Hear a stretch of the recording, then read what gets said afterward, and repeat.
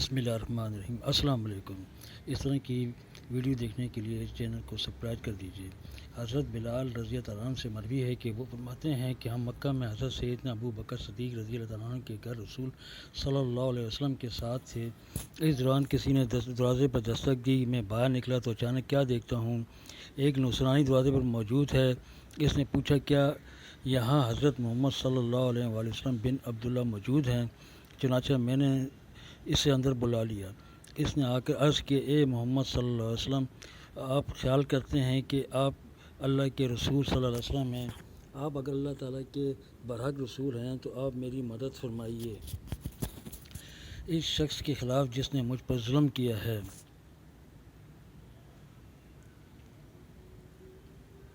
حضور نبی کریم صلی اللہ علیہ وسلم نے ارشاد فرمایا کہ تجھ پر کس نے ظلم کیا؟ اس نصرانی نے کہا، ابو جہل بن ہشام نے میرا مال ظلماً لے لیا ہے۔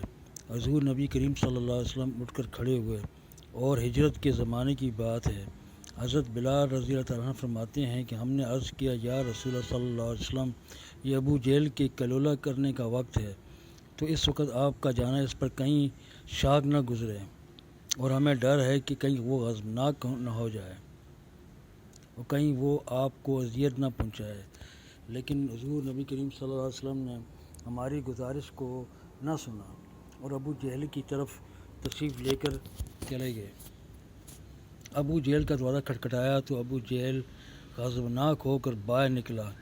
اچانک دروازے پہ کیا دیکھتا ہے کہ رسول صلی اللہ علیہ وسلم تشریف فرما ہے۔ ابو جہل نے کہا، اندر تشریف لائیں، اور ساتھ ہی کہنے لگا، آپ میری طرف پیغام بھیج دیتے، میں آپ کی خدمت میں خود حاضر ہو جاتا۔ حضور نبی کریم صلی اللہ علیہ وسلم نے ارشاد فرمایا کہ تو نے اس نصرانی کا جو مال لیا ہے، اس کا وہ مال فوراً واپس کرو۔ ابو جہل نے کہا، کیا آپ اس کام کے لیے تشریف فرما ہوئے ہیں؟ آپ اگر اس بارے میں کسی شخص کے ہاتھ پیغام بھیج دیتے تب بھی میں مال واپس کر دیتا۔ رسول صلی اللہ علیہ وسلم نے فرمایا، بات کو طویل نہ کرو اور تم اس نصرانی کا مال واپس فوراً کرو۔ ابو جہل نے اپنے غلام سے کہا، نصرانی کا جتنا مال تم نے لیا ہے فوراً اس کو نکال کے اس کے حوالے کرو۔ حضور نبی کریم صلی اللہ علیہ وسلم نے ارشاد فرمایا کہ اے آدمی، تیرا مال تجھ تک پہنچ گیا ہے؟ نصرانی نے عرض کیا، ہاں، سوائے ایک کھجور کے پتوں کی بنی ہوئی ٹوکری کے۔ حضور نبی کریم صلی اللہ علیہ وسلم نے ابو جہل سے کہا، وہ ٹوکری فوراً نکالو۔ چنانچہ ابو جہل نے اسے اپنے گھر کے اندر تلاش کیا، لیکن وہ ٹوکری نہ ملی۔ آخر کار ابو جہل نے اس ٹوکری کے بدلے میں اس سے بہتر ایک اور ٹوکری دی۔ ابو جہل کی بیوی نے ابو جہل سے کہا، بخدا تو نے انتہائی ذلت اور عاجزی کے ساتھ ابو طالب کے یتیم کی توعدہ کی ہے۔ ابو جہل نے اپنی بیوی سے کہا، جو کچھ میں نے دیکھا ہے، اگر تو دیکھ لیتی تو ایسی باتیں نہ کرتی۔ اس نے کہا، تو نے کیا دیکھا؟ ابو جہل نے کہا، میری قوت کے باوجود جو کچھ ہوا اس پر مجھے رسوا نہ کر۔ میں نے ان کے دونوں کندھوں پر دو شیر بیٹھے ہوئے دیکھے۔ جب بھی ارادہ کرتا کہ میں واپس مال نہ کرتا تو قریب تھا کہ وہ دونوں مجھے چیر پھاڑ دیتے۔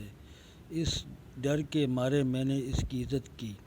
حضرت بلال نے فرمایا کہ جب نصرانی وہ سارا منظر دیکھا جو منظر ابو جہل دیکھ چکا تھا، اس نے زبان حال سے کہا، یا محمد رسول اللہ و دین کا حق، اے محمد صلی اللہ علیہ وسلم، آپ اللہ کے سچے رسول ہیں، آپ کا دین برحق ہے۔ چنانچہ اس نے اسلام قبول کر لیا، اور اس کا اسلام قبول کرنے ایک مظلوم کی مدد کرنے کی بابرکت سے تھا۔ ابو داؤد مزید اس طرح کے چینل کو